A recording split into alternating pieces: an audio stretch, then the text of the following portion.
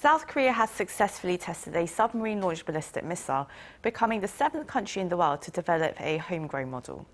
Seoul's defense ministry said Wednesday that the country has been testing a range of new missiles, including the SLBM, and that a long-range air-launched missile which would be used for South Korea's state-of-the-art fighter jet KF-21 had successfully passed an aircraft separation test.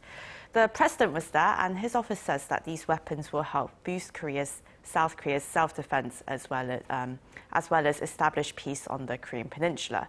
And of course, this announcement came just hours after North Korea fired two missiles into the East Sea on Wednesday, following weeks of threats made against the South Korea-US alliance.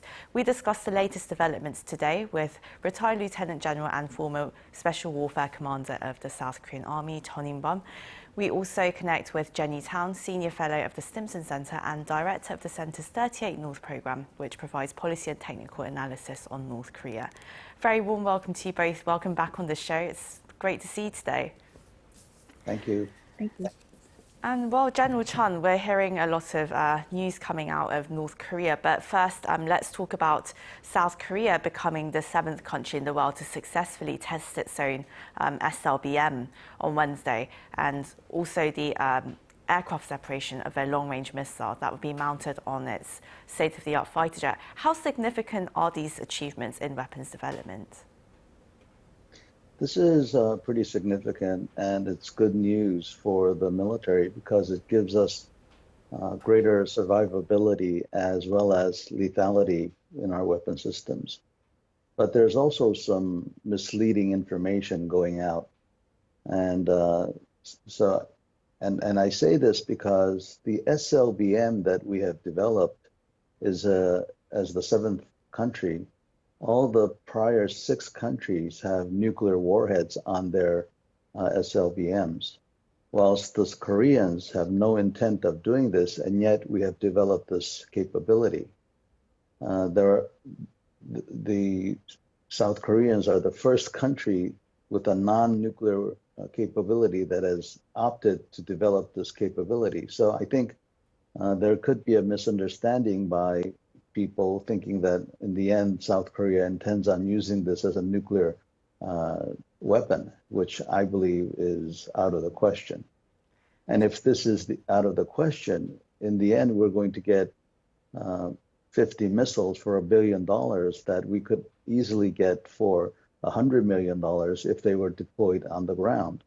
So although it gives us a second strike capability, it's not that much. And so the logical conclusion is that it will be a waste of a lot of resources and money.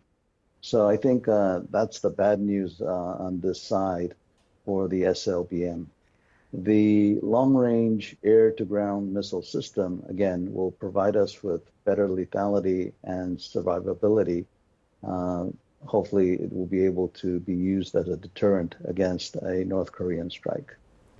But even with the bad news element, is there still, can we still expect more from South Korea's missile development after the US ended its restriction on South Korea from developing such weapons? Yes, probably so, because it is a very important part of the deterrent against North Korea. But unfortunately, the fact of the matter is that no matter how much conventional warheads that you have in missiles of all types, it still will not be in parity with the North Korean nuclear capability. So the alliance with the United States, which provides us with extended deterrence, is more important than ever before. Now, Ms. Town, Kim Yo-jong, the sister of North Korea's leader, she reacted to South Korea's SLBM. She criticized it, saying that it could cause inter-Korean relations to break down. And her reaction came actually quite quickly, just 4 hours after Seoul revealed that it has a new ballistic missile capability. Do you think the North was taken by surprise? And do you think it would take, how do you think it would further respond? Would it give a bigger show of force, or would it finally talk about dialogue? I don't think they were taken by surprise. And, you know, South Korea has talked about building an SLBM capability. And I think this is also one of the reasons why North Korea has shown 2 new SLBMs over the past 2 military parades as well. in terms of where this is going, I think, with Kim Yo-jong talking about ballistic missiles, I think that there's, none of this is a surprise. And I think part of the response is going to be with South Korea actively testing ballistic missiles. It sort of green lights to the North Koreans to continue testing ballistic missiles as well. And I think it'll be very difficult to get the North Koreans to agree in the future to another moratorium on ballistic missile testing without some kind of concessions on the South Korean side as well. Ms. Tan, well, over the weekend, they'd claimed that they successfully tested a new long-range cruise missile, possibly with nuclear capabilities, and they just a few hours ago, they said that this was launched from a railway system. What do you think the North's intentions were in showcasing its successes, and what does the railroad system really mean? Well, I think, the way that they described the rail launch system was really a proof of concept of something that they could do in the future. And I think, in practical terms, it does give them a sort of workaround to sanctions. It's a sanctions mitigation effort, right? If they can't get the components and parts that they need for transporter erector launchers or MELs, this is one way that they can continue to build diversity within their ballistic missile portfolio. And I think that's a lot of what we're seeing over the past few launches that they've done and the tests that they've done in the past couple of years is really emphasizing this diversity of their arsenals and different ways in which they can pose a threat, ballistic plus cruise missile threat to the U.S. ROK Alliance.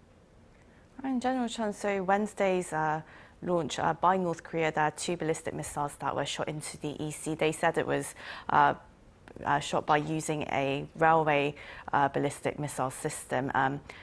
What do you think of this development? Well, the railway system is an old concept that derived from the mid-'80s from the Soviet Union, as well as tinkered with by the United States. So these countries have vast territories where they could put missiles into a train and keep it constantly moving, making a static weapon system now into a mobile system. I think that's where the North Koreans got their idea, and I agree with Dr. Town's assessment of the pros of this kind of option. But I still feel that although it is a new kind of capability for North Korea, that we will be able to counter this much more easily than other kinds of threats. And General Chun, what did you think about the timing of South Korea's SLBM launch or the announcement that it had successfully tested an SLBM launch, as it did come after North Korea's ballistic missile test over the weekend and also Chinese Foreign Minister Wang Yi's trip to Seoul? I mean, is there much to read into this? I don't think so, because we planned this way ahead. The date was planned way ahead of any of these events. So I think it was a coincidence that the North Koreans fired their weapon systems just prior to this. But I think what the South Koreans did, despite the North Korean provocation and the visit by the foreign minister of China, is that it shows that self-defense has precedence over all matters, that we will and we should always have the right to self-defend ourselves. And this was a good initiative by the Moon government to show the resolve of the Korean people that we will defend ourselves and we will continue to improve our capabilities. And well, Director Town, now North Korea's ballistic missile launches, the timing of their launch was quite unfortunate, as we have key anniversaries of the two Koreas over the weekend, the signing of the Pyongyang Declaration and the Comprehensive Military Agreement, both signed in 2018. And well, under the Pyongyang Declaration, the North expressed its willingness to permanently dismantle nuclear facilities in Yongbyon, but the UN's Atomic Agency has recently detected that there were signs of North Korea's nuclear reactor in Yongbyon being online again. How advanced and active is their nuclear program at the moment? Well, the reality is that North Korea never stopped producing fissile material, even while negotiations were ongoing, even if they weren't producing plutonium. Their uranium enrichment program was active during that time. It is unfortunate to see that the 5 megawatt reactor has been most likely has been restarted, and this is a critical component to North Korea's nuclear weapons program. If they want to pursue thermonuclear weapons, if they want to pursue and advance their miniaturization capabilities, they will need plutonium as part of that process. I think it shows one of the real missed opportunities during the Hanoi summit of getting Yongbyon off the table, and you really being able to stop and freeze that nuclear weapons arsenal production in its tracks. So, I think all of these signs are really in line with the goals that Kim Jong-un set out in January at the Eighth Party Congress about how they plan to move forward with their nuclear and ballistic missile testing. And I think we'll probably see a lot more of this in the coming weeks and months. And also, Director Tan, why do you think there's been such reluctance or a lack of response from the North, despite your envoy for North Korean affairs, Sung Kim, having repeatedly, extended an invitation to talk anytime and anywhere? And as for the US, do you think it's slowly slipping back into the strategic patience mode? Well, I think, it slips into strategic patience by default if it's not willing to be forward looking at the beginning of the process and be a little bit more transactional at the beginning of the process. I think the North Koreans are in no rush to come back to negotiations.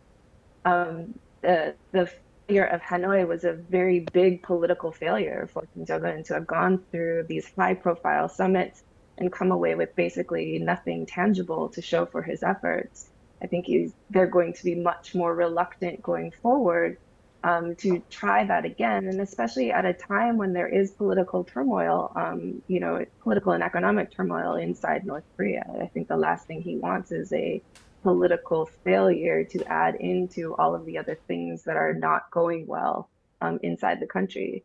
So this notion of the U.S. being willing to meet anytime, anywhere, while that's a good message, it doesn't give any indication that if you come back, that that there's something concrete that you can get from this, that there's some concrete offer on the table. And I think the U.S. would be much more compelling if they did actually put forward an initial offer to say that this is what we would like to see, this is what we would give in response, and give something for the North Koreans concrete to react to, but also build the expectation that short-term outcomes are actually possible. Well, President Moon Jae-in here in South Korea, he's been continuously trying to advance inter-Korea relations and also get US-North Korea dialogue back on the table.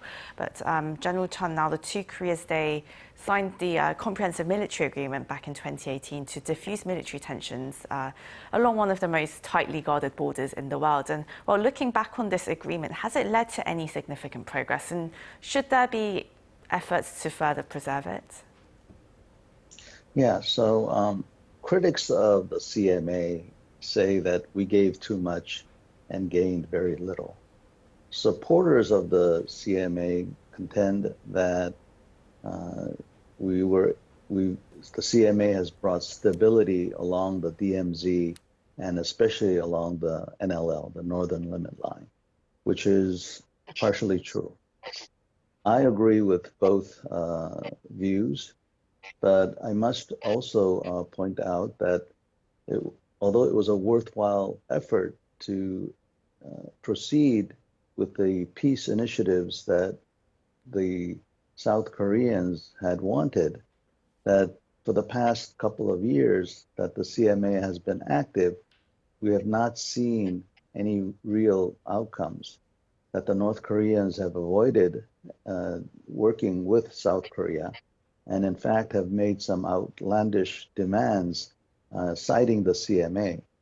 I feel that maintaining the CMA is worthwhile, but at the same time, North Korea really needs to understand that we must build trust and that their actions are not doing so.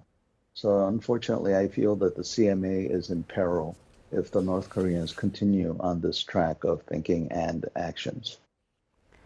Well, I'm afraid due to time, that's where we'll have to leave it for today. That was Chun In-bom, retired Lieutenant General of the Republic of Korea Army, and Jenny Town, Senior Fellow and Director of Stimson Center and the 38 North Programme. Thank you both so much for your time today. Thank you. Thank you. And to our viewers, as always, thank you very much for watching.